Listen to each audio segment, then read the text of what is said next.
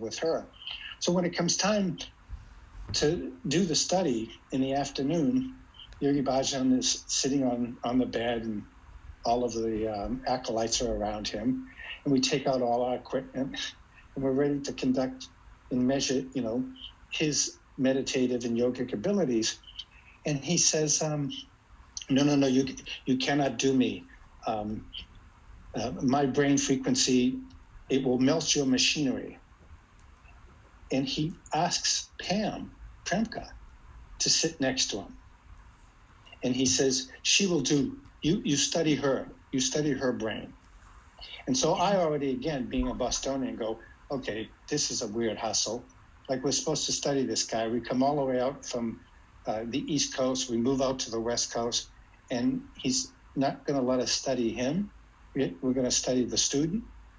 So we do the first study with this her. Is going on in your brain at that age. You're in your 20s, and you're actually thinking this in real time. And then are you expressing it to your research team?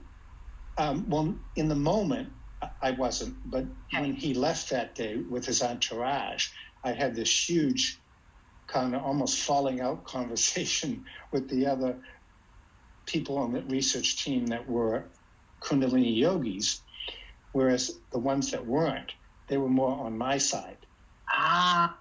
So right then, there's the whole entourage. You're noticing this. You had already heard the thing before and said that out loud. So then, okay, go ahead. Yeah. And so we put our equipment on Pamela, and we study her. And what turns out later, after we develop all the film, is Yogi Bhajan asks her to go into unity consciousness, advanced samadhi, God consciousness, and infinite consciousness.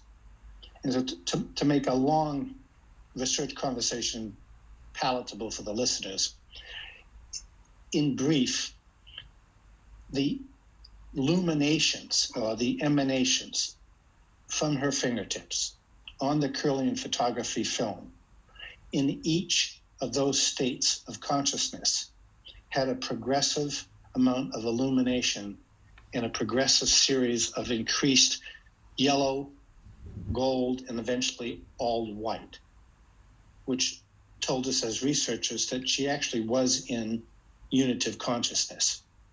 So she was able to, because her dedication and devotion and study of meditation, Kundalini yoga at that time in her life was so pure that we were able to actually chart those 4 states of consciousness.